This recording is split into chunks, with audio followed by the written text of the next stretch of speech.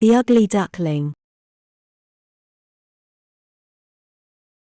It was lovely summer weather in the country, and the golden corn, the green oats, and the haystacks piled up in the meadows looked beautiful. The stork walking about on his long red legs chattered in the Egyptian language, which he had learned from his mother. The cornfields and meadows were surrounded by large forests, in the midst of which were deep pools. It was, indeed, delightful to walk about in the country.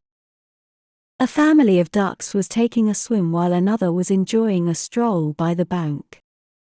But one duck was sitting on her eggs among the tall leaves. The eggs were white, all except one. "How long must I wait for my babies to hatch? They are taking so long to hatch," she said. At last, the eggs began to crack. One by one, yellow ducklings stepped out of their shells. They shook their wings and said, "Quack, quack." They all quacked as well as they could and looked about them on every side at the large green leaves. Their mother allowed them to look as much as they liked because green is good for the eyes.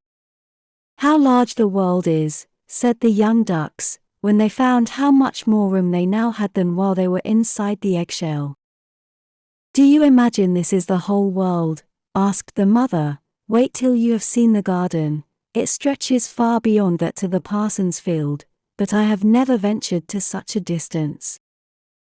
"Are you all out?" she continued, rising. "No, I declare, the largest egg lies there still. I wonder how long this is to last. I am quite tired of it," and she seated herself again on the nest. At last, the large egg broke and a young one crept forth crying. It was very large and ugly. The duck stared at it and exclaimed, "It is very large and not at all like the others. I wonder if it is a turkey. We shall soon find it out, however, when we go to the water. It must go in if I have to push it myself." On the next day, the weather was delightful, and the sun shone brightly on the green burdock leaves, so the mother duck took her young brood down to the water, and jumped in with a splash. "Quack, quack," cried she, and one after another the little ducklings jumped in. The water closed over their heads, but they came up again in an instant and swam about quite prettily with their legs paddling under them as easily as possible, and the ugly duckling was also in the water swimming with them. "Oh," said the mother, "that is not a turkey. How well he uses his legs, and how upright he holds himself. He is my child. And he is not so very ugly after all if you look at him properly. Quack, quack. Come with me now, I will take you into grand society, and introduce you to the farmyard.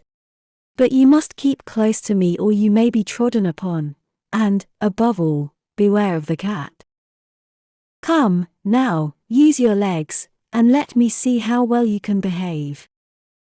The ducklings did as they were bid, but the other ducks stared, and said, "Look, here comes another brood, as if there were not enough of us already.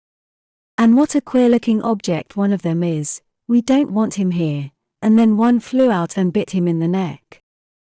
"Let him alone," said the mother, "he is not doing any harm." "Yes, but he is so big and ugly," said the spiteful duck, "and therefore he must be turned out." "The others are very pretty children," said the old duck, with the rag on her leg, "all but that one. I wish his mother could improve him a little."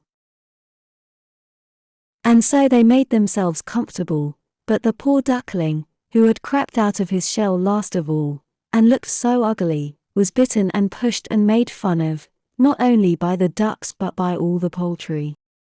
So it went on from day to day till it got worse and worse. The poor duckling was driven about by everyone, even his brothers and sisters were unkind to him, and would say, "Ah, you ugly creature, I wish the cat would get you," and his mother said she wished he had never been born.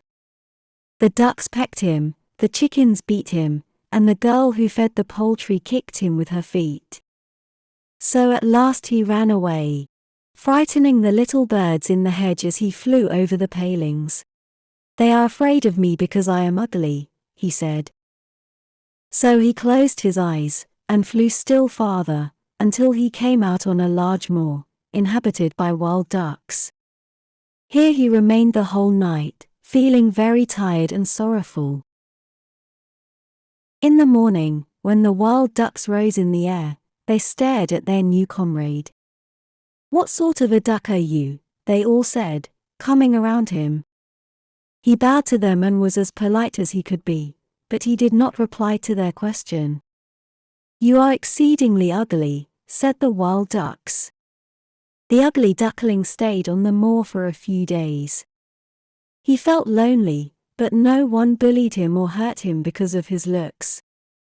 One morning, the duckling heard a noise like a big bang. He lay still, too scared to move. When he finally lifted his head and looked around, all the other ducks had fled. The ugly duckling also fled from the moor as fast as it could. It flew as fast as its young wings would take him. However, suddenly there was thunder and lightning, scaring the little duckling. Then came a big storm, with heavy rains pouring down from the sky. In just moments, the ugly duckling was soaked through and through. Then a cold wind started to blow. Towards evening, he reached a poor little cottage that seemed ready to fall and only remained standing because it could not decide on which side to fall first. The storm continued so violently that the duckling could go no farther. He sat down by the cottage, and then he noticed that the door was not quite closed in a consequence of one of the hinges having given way. There was therefore a narrow opening near the bottom large enough for him to slip through, which he did very quietly, and got a shelter for the night. A woman, a tomcat, and a hen lived in this cottage. The tomcat, whom the mistress called "my little son," was a great favorite. He could raise his back, and purr, and could even throw out sparks from his fur if it was stroked the wrong way. The hen had very short legs, so she was called Chickie Short Legs. She laid good eggs, and her mistress loved her as if she had been her child. In the morning, the strange visitor was discovered, and the tomcat began to purr, and the hen to cluck. "What is that noise about?" said the old woman, looking round the room, but her sight was not very good. Therefore, when she saw the duckling she thought it must be a fat duck that had strayed from home. "Oh, what a prize!" she exclaimed. "I hope it is not a drake, for then I shall have some duck's eggs. I must wait and see." So the duckling was allowed to remain on trial for 3 weeks, but there were no eggs. The cat was the gentleman of the house and the hen the lady, and they always talked of we and the world, for they considered that they were half the world, and much the best half. It seemed to the duckling that some people might think differently, but this the hen could not tolerate. "Can you lay eggs?" she asked. "No." "Then will you kindly hold your tongue?" And the cat said, "Can you put up your fur, or purr, or give out sparks?" "No." "Then you've no call to have an opinion when sensible people are talking." So the duckling sat in a corner, feeling very low-spirited, till the sunshine and the fresh air came into the room through the open door, and then he began to feel such a great longing for a swim on the water, that he could not help telling the hen. "What an absurd idea," said the hen. "You have nothing else to do, therefore you have foolish fancies. If you could purr or lay eggs, they would pass away." "But it is so delightful to swim about on the water," said the duckling, "and so refreshing to feel it close over your head, while you dive down to the bottom." "Delightful, indeed," said the hen, "why you must be crazy. Ask the cat, he is the cleverest animal I know. Ask him how he would like to swim about on the water or to dive under it, for I will not speak of my own opinion. Ask our mistress, the old woman, there is no one in the world more clever than she is. Do you think she would like to swim or to let the water close over her head? You don't understand me, said the duckling. We don't understand you? Who can understand you, I wonder? Do you consider yourself more clever than the cat, or the old woman? I will say nothing of myself. Don't imagine such nonsense, child, and thank your good fortune that you have been received here. Are you not in a warm room, and in a society from which you may learn something? But you are a chatterer, and there's little entertainment in your company. Believe me, I speak only for your good. I may tell you unpleasant truths, but that is proof of my friendship. I advise you, therefore, to lay eggs, and learn to purr as quickly as possible. I believe I must go out into the world again, said the duckling. Yes, do, said the hen. So the duckling left the cottage, and soon found water on which it could swim and dive, but was avoided by all other animals, because of its ugly appearance. Autumn came, and the leaves in the forest turned orange and gold. Then, as winter approached, the duckling was cold. One evening, when there was a lovely sunset, a whole flock of beautiful great birds rose out of the bushes. The duckling had never seen any like them before. They were brilliantly white, with long supple necks. They were swans, and they uttered a strange sound and spread their splendid long wings and flew far away from the cold region to warmer lands, and unfrozen lakes. As they mounted higher and higher in the air, the ugly little duckling felt quite a strange sensation as he watched them. He whirled himself round in the water like a wheel, he stretched his neck straight up into the air after them and uttered such a loud cry, so strange, that he was quite frightened at it himself. Oh, he could not forget those beautiful birds, those wonderful birds. He didn't know what the birds were called or which way they were flying, but he loved them as he had never loved anything yet. He was not envious of these beautiful creatures but wished to be as lovely as they. Poor ugly creature, how gladly he would have lived even with the ducks had they only encouraged him. The winter grew colder and colder. He was obliged to swim about on the water to keep it from freezing, but every night the space in which he swam became smaller and smaller. It froze so hard that the ice cracked again. The duckling had to paddle with his legs as well as he could, to keep the space from closing up. He became exhausted at last and lay still and helpless, frozen fast in the ice.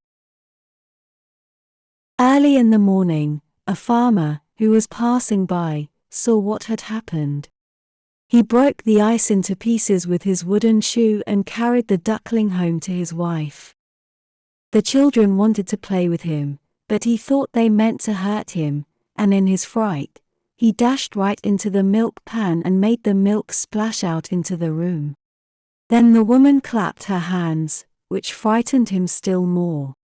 He flew first into the butter cask, then into the meal tub, and out again. What a condition he was in! The woman screamed, and struck at him with the tongs. The children laughed and screamed, and tumbled over each other, in their efforts to catch him, but luckily he escaped. The door stood open, the poor creature could just manage to slip out among the bushes and lie down quite exhausted in the newly fallen snow. But it would be too sad to tell of all the hardships and miseries which he had to go through in that hard winter, but when it had passed, he found himself lying one morning in a moor, amongst the rushes. When the sun began once more to shine out warm and the larks to sing, he saw that all around was beautiful spring. Then the young bird felt that his wings were strong, as he flapped them against his sides, and rose high into the air.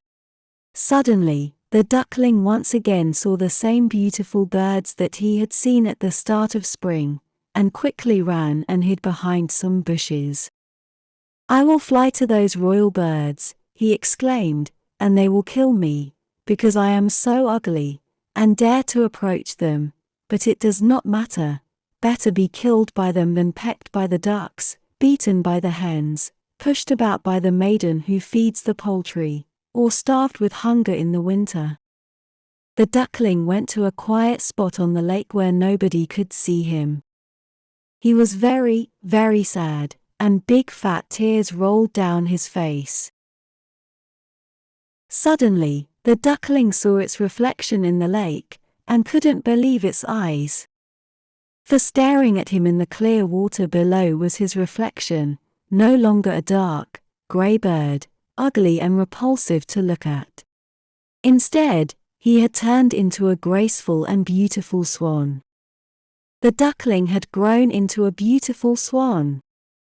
From the beginning he indeed was a swan. He was just an unfortunate egg that got mixed up in between the ducks.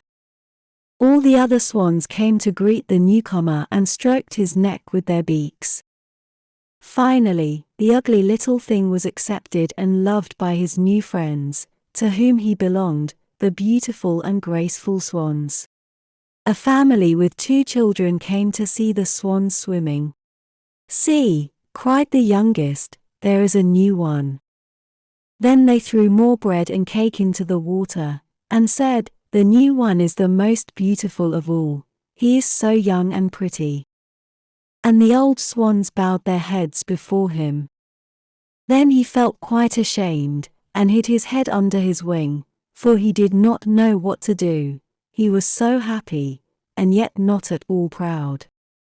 He had been persecuted and despised for his ugliness, and now he heard them say he was the most beautiful of all the birds. Then he rustled his feathers, curved his slender neck, and cried joyfully, from the depths of his heart, "I never dreamed of such happiness as this, while I was an ugly duckling." The end.